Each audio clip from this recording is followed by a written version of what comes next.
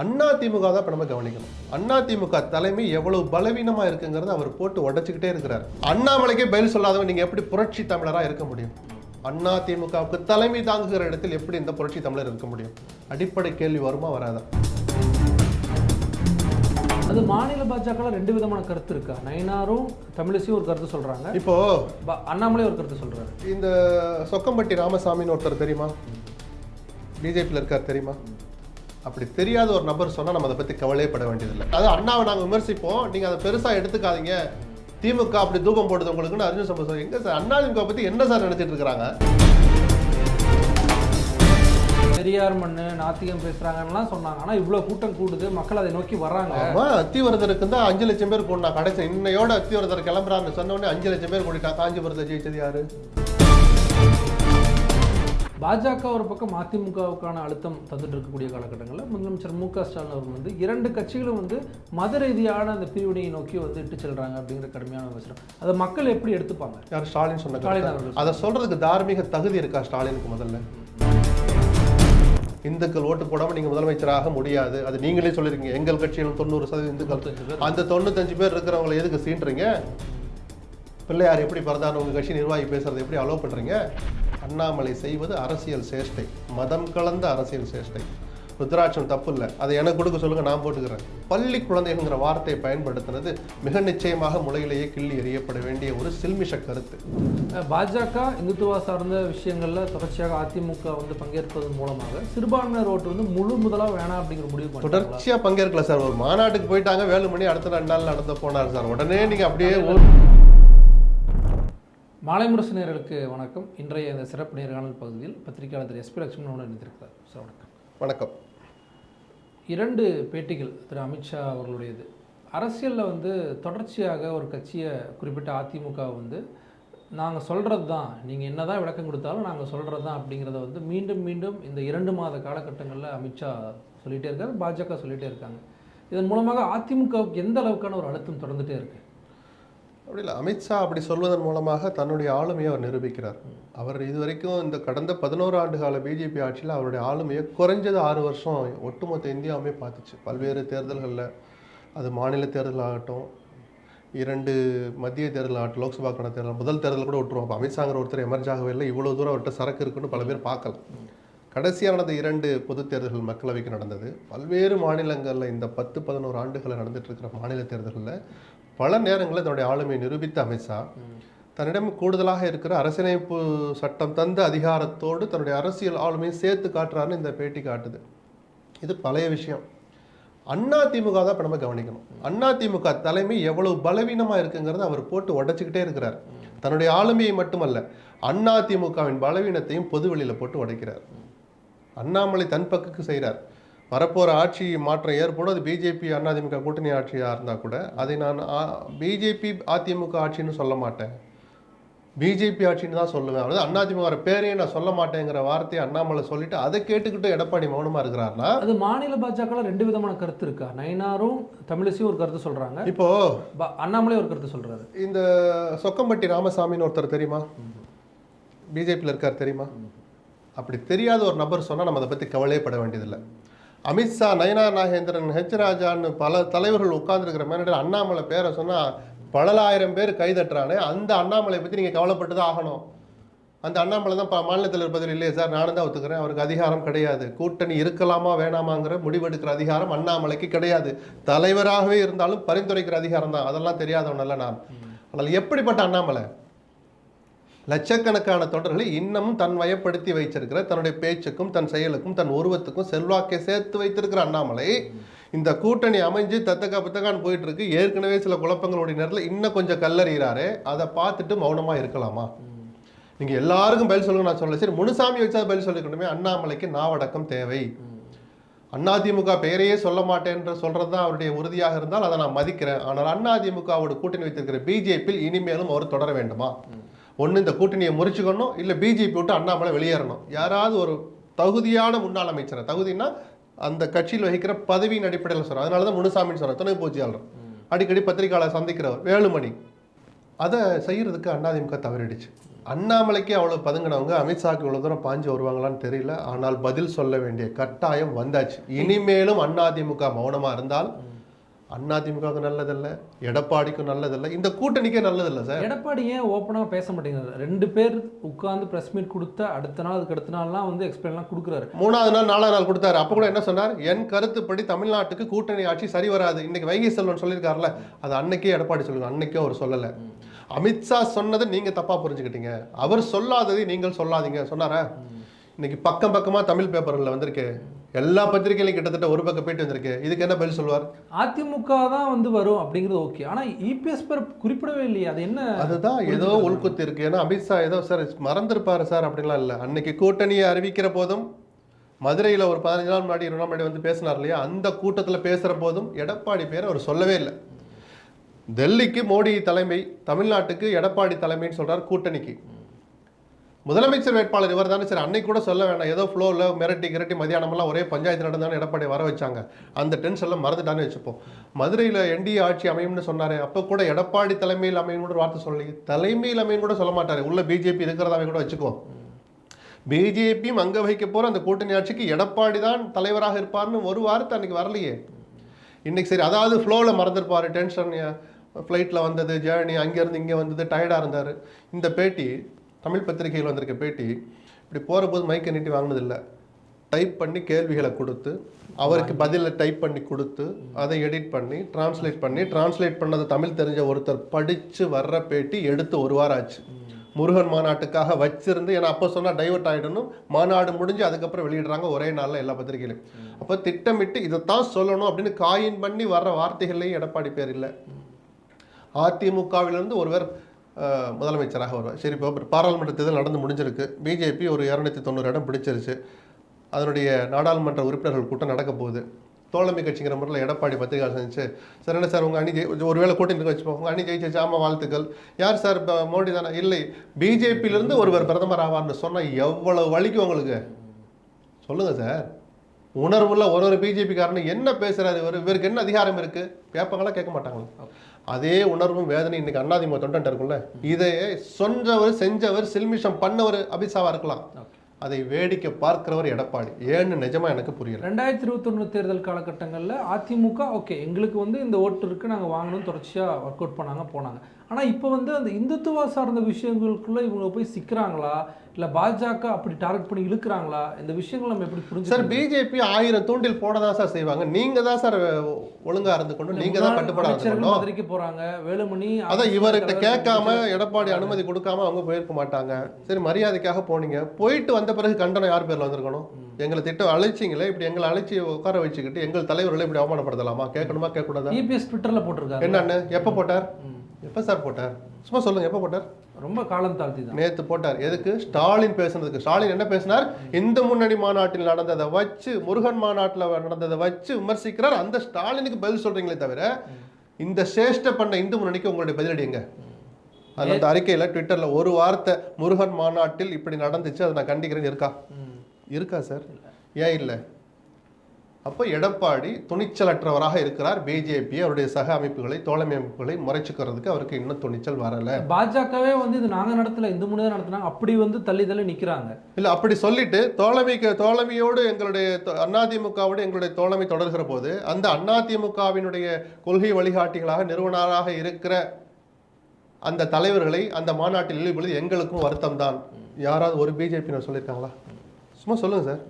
அப்புறம் என்ன சார், அதையும் அந்த கருத்தையும் சீரியஸாக எடுத்துக்கிறீங்க? அப்படி சொன்னால் தானே ஆமாம் சார் அவங்களுக்கு சம்மந்தம் இல்லைன்ட்டாங்க, பிஜேபியும் வருத்தத்தை தெரிவிச்சிருக்காங்கன்னு சொல்லலாம். அதுக்கு ஒருத்தர் சில்மிஷமாக சொல்லியிருக்கிறார், அவர் இல்லை, அர்ஜுன் சம்பத் சொல்லியிருக்கிறார். பிஜேபியில் அண்ணாவை சொல்லி அந்த அதிமுகவை தோண்டி விட்டு திமுக பிரிக்க பார்க்குதான். நீங்கள் அதுக்கெல்லாம் இறை போயிடாதீங்க, அது அண்ணாவை நாங்கள் விமர்சிப்போம், நீங்கள் அதை பெருசாக எடுத்துக்காதீங்க, திமுக அப்படி தூக்கம் போடுது உங்களுக்குன்னு அர்ஜுன் சம்பத் சொல்லி. எங்கே சார் அதிமுக பற்றி என்ன சார் நினச்சிட்டு இருக்கிறாங்க? இவ்வளோ பெரிய கட்சி. இதை நான் எனக்கு கோபம் வந்து எனக்கு உணர்ச்சி வந்த பிரயோஜனம் இல்லை. எடப்பாடிக்கு அந்த உணர்ச்சி வரணும், கோபம் வரணும். அண்ணாமலை வந்து அண்ணா தொடர்பாகவும் ஜெயலலிதா அவர்கள் தொடர்பாகவும் பேசினப்போ அந்த கோபம் வந்துச்சு. ஆனால் இப்போ அந்த கோபம் வராதுக்கான காரணம் என்ன? இல்லை, அந்த கோபம் அவ்வளோ வேகத்தில் கூட்டணி முறிக்கிற அளவுக்குலாம் அது போச்சு. இப்போ நீங்கள் அதெல்லாம் போக வேணாம். ஏன்னா படாத பாடுபட்டு தான், அல்லது அமித்ஷாவோ எடப்பாடியோ படாத பாடுபட்டு தான் ஒத்துக்கிட்டாங்க, படாத பாடுபட்டு தான் எடப்பாடியை கன்வின்ஸ் பண்ணார் அமித்ஷா. நடந்துடுச்சு. அவ்வளோ சீக்கிரத்தில் நீ கூட்டணி முறிக்கணும்னு சொல்ல. எங்கள் தலைவர்களை இப்படி சீண்டி பார்த்தது தவறு, நாங்கள் கண்டிக்கிறோன்னு ஒரு அறிக்கை ஐடி விங்க விடுது. அண்ணாதிமுக விடக்கூடாதா? எடப்பாடி பேர்லாம் சார் வரணும். கேபி முனுசாமியாவது பேசியிருக்கணும்ல சார்.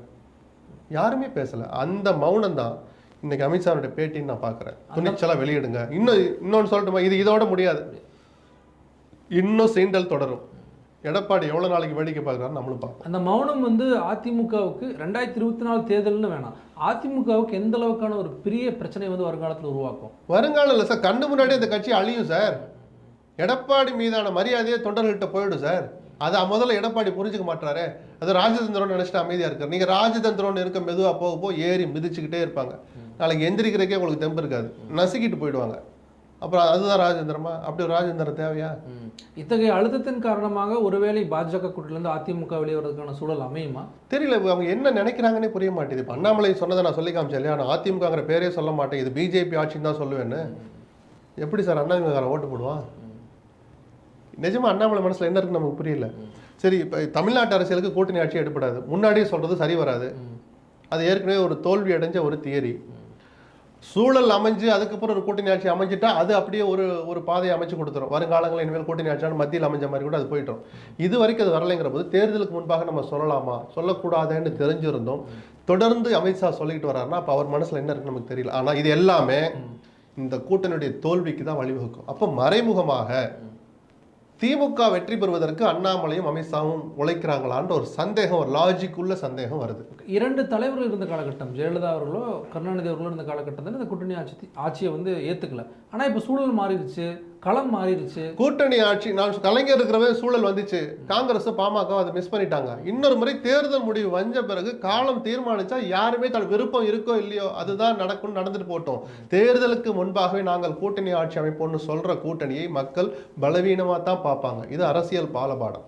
மக்கள், தமிழக மக்கள் எப்போதுமே வந்து இந்த கூட்டணி ஆட்சிங்கிற தீரிக்குள்ள இது வரைக்கும் வரலையே. வந்து நிரூபிச்சு நடத்தி காட்டட்டும். அதுக்கப்புறம் இனிமேல் கூட்டணி ஆட்சின்னு விஜய் சொன்னா எடுபடும், சீமான் சொன்னா எடுபடும். திமுக அதிமுக வெக்கத்தை தள்ளி வச்சு நாங்களும் கூட்டணி ஆட்சிக்கு தயார்னு வெளிப்படையாக அறிவிப்பாங்க. இது வரைக்கும் ஒரு டெஸ்ட் பண்ணப்படாத ஒரு விஷயத்த திடீர்னு தேர்தலுக்கு முன்பாகவே சொன்னீங்கன்னா அது எந்த வகையிலும் பலனளிக்காது. மத்திய அமைச்சர் முருகன் நடத்தின முருகன் மாநாடு அந்த ஊர்வலம் காலகட்டங்களில் அதன் பிறகு 4 இடங்கள் ஜெயிச்சோம். அவர் வேல் யாத்திரை 4 இடங்கள் ஜெயிச்சோம். இப்போ வந்து மிகப்பெரிய ஒரு விஷயத்தை அந்த 4 இடம் எங்க ஜெயிச்சாங்க? அந்த ஆறுபடை வீட்டில் ஜெயிச்சாங்க. வேல் யாத்திரைன்னு பேர் வைக்கிறீங்க, ஆறுபடை வீட்டுக்கு அவர் போனார். ஆறுபடை வீட்டில் ஒரு வீட்டில் ஜெயிச்சாங்களா? இப்போ திருப்பரங்குன்றத்தில் அண்ணாதிமுக ஜெயிச்சது யாரால?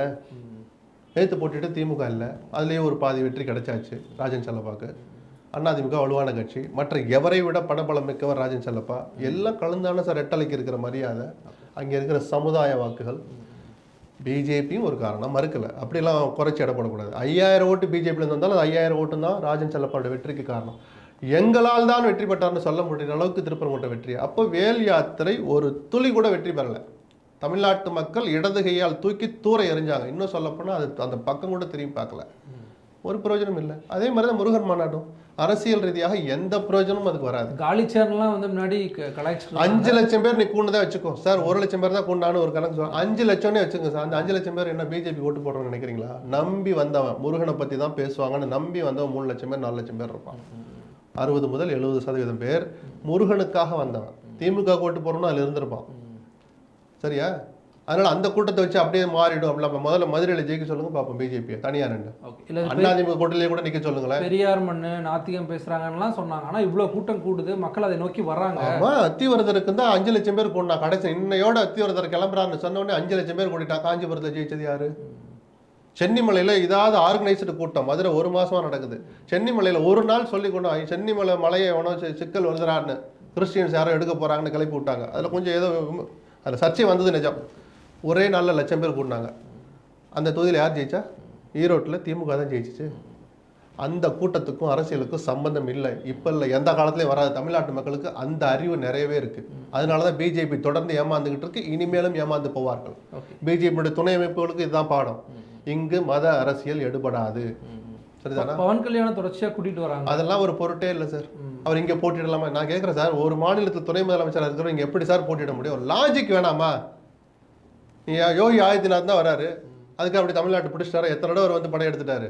உமாபரி தடவை வந்திருப்பாங்க. பெரிய பெரிய தலைவர்கள் எவ்வளோ பேர் டெல்லியில் மற்ற இடங்களில் பதவியில் இருக்கிற மத்திய அமைச்சர்கள், பிற மாநில முதலமைச்சர்கள் வந்துக்கிட்டு தான் இருக்கிறாங்க. அந்த வரிசையில் தான் பிஜேபியோடு தோழமையில் இருக்கிற பவன் கல்யாணம் வர்றார். அதை தாண்டி அதில் ஒரு முக்கியத்துவம் இல்லை. சரி, தெலுங்கு வாக்குகளை குறிவைத்து ஆமாம். சரி ஒரு 1.5 கோடி பேர் இருக்கான்னு வச்சுப்போம் தெலுங்கு பேசுகிறவங்க. அப்படியே 1.5 கோடி பேர் பிஜேபி ஆதரிச்சு ஓட்டு போட்டுவாங்களா? முதல்ல 15 லட்சம் போடுவாங்களா? சரிதானா? மொழி பார்க்குறவங்க மொழி அரசியல் பார்த்து தெலுங்கருக்கா ஓட்டு போட்டால் அதெல்லாம் நடக்கிற காரியமா? சொல்லுங்கள். எம்ஜிஆர் தெலுங்கரா? ஜெயலலிதா தெலுங்கரா? எந்த மொழி பேசுபவரும் எந்த மதத்தினரும் அது சார்ந்து எந்த வகையிலும் வாக்களிக்கிறதே இல்லை. புரட்சி தமிழர் அப்படிங்கிற பட்டம் வந்து இபிஎஸ் அவர்களுக்கு முன்பே அதிமுகவினர் கொடுத்துருந்தாங்க. இப்போ முருக கடவுளுக்கு வந்து அந்த பட்டத்தை கொடுக்கறது மூலமாக என்ன சீன்றாங்களா, என்ன சொல்ல வராங்க? அவ்வளோ இதெல்லாம் சீரியஸாக போவேனாங்கிறீங்க? சீரியஸாக எடுக்கவே வேண்டாம் சார். தூக்கி தூரம் போட்டு ஏதாவது பிரயோஜனமாக பேசுவோம் சார். அவருக்கு கொடுத்துட்டாங்க. நான் அதை எடப்பாடிக்கு கொடுத்ததை பற்றி நான் என்ன சொன்னேன், நீங்களா போட்டுக்கிறத விட அதுக்கு தகுதியானவரை நீங்கள் உங்களை வளர்த்துக்கணும், தொண்டர்கள் கொடுக்கணும். அண்ணாமலைக்கே பதில் சொல்லாதவன் நீங்கள் எப்படி புரட்சி தமிழராக இருக்க முடியும்? அண்ணா திமுகவுக்கு தலைமை தாங்குகிற இடத்தில் எப்படி இந்த புரட்சி தமிழர் இருக்க முடியும்? அடிப்படை கேள்வி வருமா வராதா? அமித்ஷாக்கு பதிலடி கொடுக்குறாலும் அப்புறம் முதல்ல அண்ணாமலைக்கே கொடுக்க மாட்டாரு. அண்ணாமலை நானும் ஒன்னான்னு அவர் கேட்கலாம். முனுசாமி விட்டு கொடுங்க, முனுசாமி விட்டு ஒரு அறிக்கை கொடுங்க. பொதுச் செயலாளர் புரட்சி தமிழர் எடப்பாடியின் ஒப்புதலோடு இந்த அறிக்கை வெளியிடப்படுகிறது, அண்ணாமலைக்கு நாவடக்கம் தேவை, ஒரு அறிக்கை விடுங்க. அதையும் விட மாட்டீங்க. புரட்சி தமிழர்னு வச்சுக்கிட்டா என்ன திருப்பி ஒரு எழுதி பாக்கெட்டில் வச்சுக்கிறதா சார்? பட்டமெல்லாம் மக்கள் கொடுக்கணும், மக்கள் அதை ஸ்ட்ராங் பண்ணணும் சார். நீங்கள் சொல்லவே கூடாது, அந்த வார்த்தையை மக்கள் சொல்லணும். உங்கள் அறிக்கையில் நீங்கள் எழுதிக்கிறனால நீங்கள் புரட்சி தமிழர் ஆகிட முடியாது. நீங்கள் சொல்லாமலேயே நீங்கள் புரட்சி தமிழர் ஆவீர்கள். உங்களுடைய செயல்பாடுகள் மூலமாக அதை தொண்டர்களும் மக்களும் பார்த்து அங்கீகரிப்பதன் மூலமாக. அண்ணாமலை வந்து இந்த முருகன் மாநாடு நடந்ததன் தொடர்ச்சியாக 2-3 இடங்களில் தொடர்ச்சியாக பேசுகிறாரு. பள்ளிக்கு செல்லக்கூடிய மாணவர்கள் வந்து ருத்ராட்சை போட்டு போங்க, திருநீர் வச்சுட்டு போங்க, அந்த அளவுக்கான ஒடுக்குமுறை. அதாவது பள்ளி குழந்தைகள் வார்த்தையை அவர் தவிர்த்து இருக்கணும். எல்லாரும் திருநீர் அணிங்க, துர்ச்சாஷ் அணிங்கன்னு சொல்ற உரிமை அண்ணாமலைக்கு இருக்கு. பள்ளி குழந்தைங்கிற வார்த்தையை அவர் சேர்த்தது வந்து சேஷ்டைன்னு தான் நான் சொல்லுவேன். பிளஸ் திருநீரோட நிறுத்திக்கணும். அதுக்கப்புறம் காவி அணியணும். அடுத்து எங்கே அணிப்பாங்க? உத்ராட்சி அணிச்சிங்களா, அடுத்து காவி. அந்த வேஷ்டி எப்படி தெரியுமா இருக்கணும்? இத்தனை முளத்தில் இருக்கணும், காவி இவ்வளோ பெர்சன்டேஜ் இருக்கணும், இப்படியெல்லாம் வருவாங்க அடுத்த ஸ்டேஜுக்கு. முளையிலேயே கிள்ளி எறியப்பட வேண்டிய நானும் இந்து தான், நானும் திருநீர் பூசுவேன். இப்போ உத்ராட்சி அணியை சொன்னால் கூட நான் அணிவேன். என்னோட முதிர்ச்சி, என்னோட அறிவு என்ன, நான் எந்த இடத்துல இருக்கிறேன், என் வயசு என்ன, நான் எந்த வாழ்க்கையில் எந்த இடத்த கடந்திருக்கேங்கிறது வேற. ஒரு என்ன சொல்கிறது, ஒரு வெள்ளந்தியாக இருக்கிற பள்ளி மாணவ மாணவிகள் மனசில் போய் அதை திணிக்கிறதுங்கிறது வேற. அண்ணாமலை செய்வது அரசியல் சேஷ்டை, மதம் கலந்த அரசியல் சேஷ்டை. ருத்ராட்சம் தப்பு இல்லை, அதை எனக்கு கொடுக்க சொல்லுங்க, நான் போட்டுக்கிறேன். பள்ளி குழந்தைங்கிற வார்த்தையை பயன்படுத்தினது மிக நிச்சயமாக முளையிலேயே கிள்ளி எறியப்பட வேண்டிய ஒரு சில்மிஷ கருத்து. பாஜக ஒரு பக்கம் அதிமுகவுக்கான அழுத்தம் தந்துட்டு இருக்கக்கூடிய காலகட்டங்களில் முதலமைச்சர் மு.க. ஸ்டாலின் அவர்கள் வந்து 2 கட்சிகளும் வந்து மத ரீதியான அந்த பிரிவினையை நோக்கி வந்து இட்டு செல்றாங்க அப்படிங்கிற கடுமையான விமர்சனம். அதை மக்கள் எப்படி எடுத்துப்பாங்க? யார்? ஸ்டாலின் சொன்ன ஸ்டாலின் அவர்கள். அதை சொல்றதுக்கு தார்மீக தகுதி இருக்கா ஸ்டாலினுக்கு? முதல்ல முருகன் மாநாட்டுக்கு 5 லட்சம் பேர், 3 லட்சம் பேர், 1 லட்சம் கூட வச்சுக்கோங்க சார். அந்த 1 லட்சம் பேர் போய் சேர்றான்னா அதுக்கு யார் காரணம்? திமுக தான் காரணம். நீங்கள் இந்துக்களை சீண்டிக்கிட்டே இருந்தீங்க. ஸ்டாலின் அறிக்கை விடலை, ஸ்டாலின் சீண்டலை. உங்களுடைய தொண்டர்களாக இருக்கிற உங்கள் நிர்வாகத்திற்கு நிர்வாகிகளாக இருக்கிறவங்க இந்துக்களுடைய மத உணர்வுகளை புண்படுத்துகிற மாதிரி கருத்துக்களை சொல்லிக்கிட்டு இப்போ தான் கொஞ்சம் குறைஞ்சிருக்கு. அந்த கடவுள்களை, கடவுள் நம்பிக்கைகளை, தீபாவளி ஏன் கொண்டாடுறாங்க, ஏன் கொண்டாடக்கூடாது, அது துணை அமைப்புகள் சொல்கிறாங்கிறாங்கல்ல, திகா போன்ற துணை அமைப்புகள் சொல்கிறாங்க அப்படிங்கிறாங்க. ஆராசா பேசலையா? சொல்லுங்கள் சார். திருமாவளவனே ஒரு காலகட்டத்தில் பேசிக்கிட்டு இருந்தார், அந்த சிலைகளை பற்றி எல்லாம் சொல்லி சர்ச்சையாச்சு. இப்போ அவரே கொஞ்சம் அடக்கிக்கிட்டார். ஏன்னா முதல்ல மாதிரிலாம் இப்போ பேச முடியாது, நீதிமன்றங்கள் இருக்குது. உணர்வுகளை புண்படுத்தின கேஸை போட்டால் போய் நிற்கணும் கோர்ட்டில். அதுக்காக திருமாவளவன் கொள்கையை தள்ளி வச்சுட்டாரா? இல்லையே. தீக்காவே பழைய மாதிரி பேசுறது இல்லை சார். அவர் கொள்கையை கைவிட்டாரா ஆசிரியர் வீரமணி? இல்லையே. தன் கொள்கையில் இன்னைக்கு உறுதியாக இருக்கிறார். அப்படி அவர் பேசினா கூட இந்த முருகன் மாநாட்டே ஒரு சக்தி பக்தின்லாம் கொஞ்சம் வாக்கிய விளையாட்டு விளையாண்டுருக்கிறார். அவர் விளையாடலாம், தேர்தல் அரசியல் அவர் ஈடுபடுறவர் அல்ல. ஸ்டாலினுக்கும் ஆசிரியர் வீரமணிக்கும் 100% டிஃப்ரென்ஸ் இருக்குது. கொள்கையில் இல்லை, தேர்தலை மனசில் வச்சு சொல்கிறேன். அவர் சுத்தமாக போட்டிட்ட மாட்டார். நீங்கள் எப்படியாவது ஜெயிக்கணும்னு பார்க்குறீங்க. இந்துக்கள் ஓட்டு போடாமல் நீங்கள் முதலமைச்சராக முடியாது. அது நீங்களே சொல்லியிருக்கீங்க. எங்கள் கட்சியிலும் 90% இந்துக்கள். அந்த 95 பேர் இருக்கிறவங்களை எதுக்கு சீன்றீங்க? பிள்ளையார் எப்படி பிறந்தான்னு உங்கள் கட்சி நிர்வாகி பேசுறது எப்படி அலோவ் பண்ணுறீங்க? தீபாவளிக்கு ஒரு வாழ்த்து சொல்ல மாட்டீங்களா? நான் சொல்லிட்டு வாழ்த்து சொல்கிற ஒரு விஷயமா நானும் அப்படி கேட்குறவன் தான். ஆனால் சொல்லுங்கன்னு ஒரு வாதம் வந்துடுச்சுன்னா விட்டுட்டு போகிறதுல உங்களுக்கு என்ன குறைச்சல்? சொல்லுங்க சார். ஆனால் எங்கள் ஆட்சி காலகட்டத்தில் தான் இந்து கோயிலுக்கு இவ்வளோ விஷயங்கள் பண்ணியிருக்கோம். சரி சார், நான் ஒரு கேள்வி கேட்குறேன். தீபாவளிக்கு வாழ்த்து சொல்லுவீங்களா மாட்டீங்களா?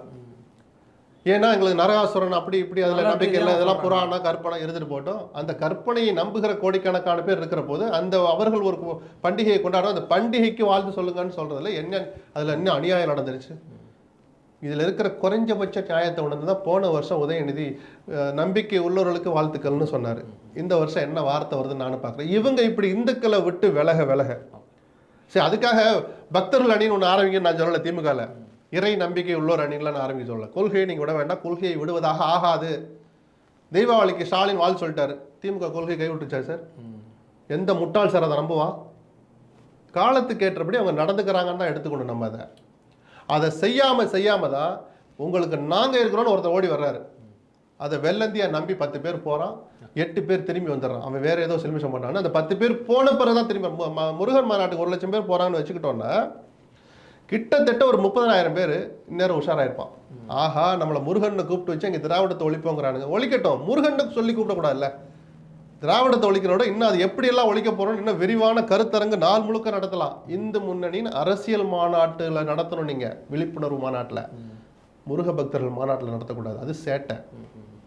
ஸோ அந்த 1 லட்சம் பேர்ல இந்த 30,000 பேருக்காவது அந்த விழிப்புணர்வு வந்திருக்குன்னு நான் நம்புறேன். அவனும் இந்து தான், இந்துக்கு ஒரு வகையில் விழிப்புணர்வு அவங்க ஏற்படுது. ஆனால் அந்த மாநாட்டுக்கு போகணுங்கிற உணர்வை ஏற்படுத்தினது யாரு?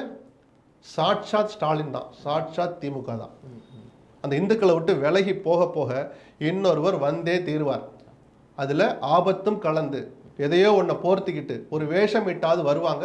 அப்படி வருபவர்களை நீங்கள் மறைமுகமாக வரவேற்கிறீர்கள். இந்த ஆபத்தை முதல்ல திமுகவும் ஸ்டாலினும் உணரணும். ஓகே, தேர்தலுக்கு 10 மாதங்கள், உடன்பிறப்பே வா 1 to 1 எப்படி போகுதுன்னு பார்க்குறீங்க? அது போய் இது ஒரு நடைமுறை தான். இது 4 வருஷமாக அவர் இப்படியெல்லாம் பார்க்கலையே, யாரோடய பேச மாட்டாருங்கிற ஒரு குறைபாடு இருந்துச்சு. அதனுடைய அதனுடைய தொடக்க புள்ளின்னு எடுத்துக்கலாம். நிச்சயமாக அந்த வந்து பார்க்குறவங்களுக்கு ஒரு நம்பிக்கை கொடுக்கும். தலைவரை பார்த்து சீட்டாக வாங்கிட்டு போகிறாங்க இல்லை, தலைவரை பார்த்துட்டோம் பேசிட்டோம்னு சந்தோஷத்தில் போகிற வயிறு நிறைஞ்சவங்களாம் எவ்வளோ பேர் இருக்கிறான். இப்போதாவது இவர் செய்கிறாருன்னு எனக்கு ஒரு வகையில் சந்தோஷம் தான். திமுக மாவட்ட செயலர் இருக்காங்க, மண்டல இல்லை யாருமே இல்லை. இப்போ ஒன்று கனிமொழி ஏதோ ஒரு நாள் உட்கார்ந்தாரு தவிர வேறு யாரும் முதல் நாள் தலைமை கழக நிர்வாகிகள் உட்கார வச்சுருந்தாங்க. வேறு யாரையும் இப்போ உட்கார வைக்கிறது இல்லைன்னு நினைக்கிறேன் நான். அப்படி சந்திக்க உட்கார கூட தகுதி குறைவா நான் சொல்லலை. அவங்க இருந்தால் சிலது தயங்குவாங்க சொல்கிறதுக்கு. இவர் அந்த நிர்வாகி, அதுக்கு ஒரு 5 பேரையும் பேச வைக்கலாம். மாவட்ட செயலரையும் மந்திரியை உட்கார வைக்கலைன்னா தான் அவங்க மனசு விட்டு பேசுவாங்க. முதல் நாள் 2 நாள் உட்கார வச்சாங்க, அதுக்கப்புறம் தலைமைகளை நிர்வாகிகள் உட்கார வைக்கிறாங்க. ஏன்னா பத்திரிகைகள் அப்படியே வந்துருச்சு. அப்போ அந்த 5 பேர்ல யாரோ ஒரு கருப்பாடு இருக்கான்னு கண்டுபிடிச்சிட்டாரு. இது நடந்த பிறகு தான் கண்டுபிடிப்பீங்களா? நீங்களா யோசிக்க வேண்டாமா? அவன் எப்படி பேசுவான்? ஏதாவது நடந்த பெட்டிஷன் அந்த 5 பேர் கையில் ஒருத்தர் கையில் தான் கொடுத்துட்டு இருக்கிறாங்க. சார் நான் ஒரு பெட்டிஷன் கொடுத்தேன், அந்த 5 பேர் அந்த 3ஆவது உட்காந்துருக்கிறவர் உங்கள் கவனத்துக்கே கொண்டு வரலன்னு அவரை வச்சுக்கிட்டே அவன் எப்படி சொல்லுவான்? குறைஞ்சபட்சம் இதெல்லாம் யோசிக்கணும் சார். அட்லீஸ்ட் 3ஆவது நாள் யோசிச்சா அதோட நிறுத்திக்கிட்டாரு. 1 to 1 நிஜமான 1 to 1 இருக்கணும். அப்பதான் அது பிரயோஜனப்படும். திமுகவோட கூட்டணி வந்து பல விஷயங்கள் தொடர்ச்சியாக பேசுகிறாங்க. விசிகா வந்து கூட்டணியில் வந்து பல்வேறு சிக்கல்களுக்கு ப்ரெஷர் இருக்குது, இருந்தாலும் இருக்கணுங்கிறாங்க. மார்க்சிஸ்டும் அதே மாதிரி பேசுகிறாங்க. குறிப்பிட்ட திமுக தலைமைக்கு வந்து ஒரு ப்ரெஷரை கிரியேட் பண்ணுறாங்களா திமுக கூட்டணி சார்ந்த கட்சிகள்? தேர்தல் அரசியல்ங்கிறது அதுதான் சார். அது அவங்களுடைய உரிமை, அவங்களுடைய உரிமை சார். அதிகமாக தான் கேட்குறேன். ஆமாம், அதிகமாகும். அதை சமாளிக்கிறதா ஒரு கூட்டணி கட்சி தலைவருடைய கடமை. 3 தேர்தலில் அதை நல்லா சமாளிச்சார். இந்த தடவை எப்படி சமாளிக்கிறான்னு பார்ப்போம். இப்போ இன்னும் கொஞ்சம் வீரியமாக கேட்பாங்க. சமாளித்து ஏதோ கொடுக்க வேண்டிய 1, 2 கூட கொடுத்துட்டு குறைஞ்சபட்சம் எங்கள் சீட்டை குறைச்சிடாதீங்க யார் உள்ளே வந்தாலும் அப்படிங்கிறது தான் முதல் கருத்து. எங்களுக்கு அதிக இடம் வேணும்னு கேட்குறாங்கன்னா அதில் அடிப்படையில் என்ன ஒழிஞ்சிருக்குன்னா, யாராவது புதுசாக வந்தாலும் எங்கள் இடத்த எடுத்து கொடுத்துடாதீங்க அப்படிங்கிறது 1. முடிஞ்சால் கொஞ்சம் கூட கொடுங்கிறது 2. நியாயமான கோரிக்கை, அவங்களுக்கு உரிமையும் இருக்குது. இது எப்படி சமாளிக்கிறாருன்னு பார்ப்போம். இதில் வந்து நம்ம செல்வ பெருந்தகை அவர்கள் வந்து ராமதாஸ் அவர்களை சந்தித்து வச்சு அதில் அரசியல் இருக்கிறதா நான் பார்க்கல. அப்படியே போய் கூட்டிகிட்டு வந்துட்டா கூட அவர் அந்த ஆற்றல் நிறைந்தவர் தான் செல்வ பெருந்தகை. கூட்டணிக்கு கூட்டிகிட்டு வந்துடுறாரு. எங்கே இருக்குது சீட்டு? அசைன்மெண்ட் கொடுத்துருக்காங்கன்னு கேட்குறேன். அதான் சார், கொடுத்து ஜெயிச்சுட்டே வந்துட்டான்னு வச்சுப்போம். ராமதாஸ் ஒப்புக்கொண்டார் திமுக அணிக்கு வர்றதுக்கு. சீட் எங்கே இருக்குது? காங்கிரஸ் வெளியே போயிடுமா? காங்கிரஸ் போனால் மட்டும்தான் அந்த எண்ணிக்கையில் கொடுக்க முடியும். வேறு யார் போனாலும் கொடுக்க முடியாது. அல்லது 2 கம்யூனிஸ்டுகள், வைகோ, திருமாவளவன் 4 பேரையும் அனுப்பிச்சி விட்டு தான் அந்த சீட்டை கொடுத்து பாமக கொடுக்க முடியும்.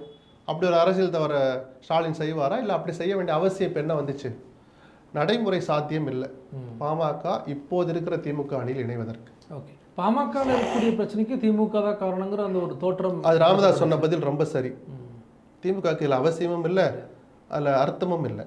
நீங்கள் அடிச்சுக்குவீங்க அப்பாவும் பிள்ளையும் சேர்ந்துக்கிட்டு. இதில் அடுத்த பிஜேபி கூட சொல்ல மாட்டேன் நான். நீங்கள் இடம் கொடுக்கவும் தான் குருமூர்த்தி உள்ளே போனார் நான் விமர்சித்தேன். சும்மா குருமூர்த்தி போயிருப்பாரா?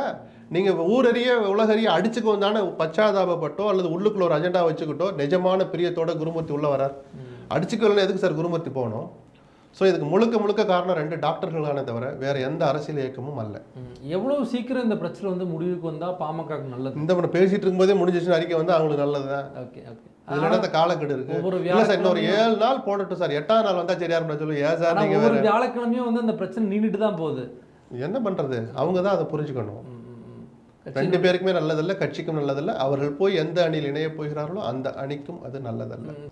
பாமகக்குள் நடக்கக்கூடிய பிரச்சனை காலகட்டங்களில் துரைமுருகன் வந்து ஓரங்கட்டப்படுறார் அப்படிங்கிற செய்தியெல்லாம் அப்படியெல்லாம் அதெல்லாம் வதந்தின்னு தான் நான் பார்க்குறேன். அப்படி ஓரங்கட்ட பிறகு அவருடைய உடல்நிலை நன்றாக இருக்கும் வரை துரைமுருகனை டிஸ்டர்ப் பண்ண மாட்டாங்க.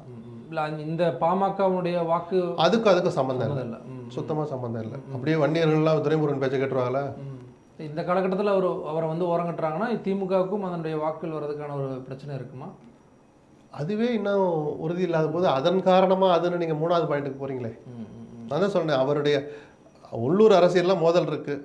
உள்ளூர் கட்சிக்காரங்களும் அப்பாவும் பிள்ளையும் மதிக்கிறது இல்லைன்னு வெள்ளூரில் ஒரு இது இருக்குது, கதிரானந்த் மேலேயும் துரைமுருகன் மேலேயும். அது இன்றைக்கும் இருக்குது. அப்படிப்பட்ட கதிரானந்த் ஒரு மாவட்ட செயலர் பதவி கேட்குறாரு, கலைஞர் ஸ்டாலின் கொடுக்க மாட்டுறாரு. எதனால் கொடுக்க மாட்டேன்னு சில விளக்கங்களையும் சொல்கிறார். இந்த அதிருப்தி வேணால் துரைமுருகனுக்கு இருக்கலாமே தவிர இதை தாண்டி ஸ்டாலின் மேலே அவருக்கு அதிருப்தியோ அல்லது துரைமுருகன் மேலே இவருக்கு அதிருப்தியோ இருக்கிறதா எனக்கு தெரியல.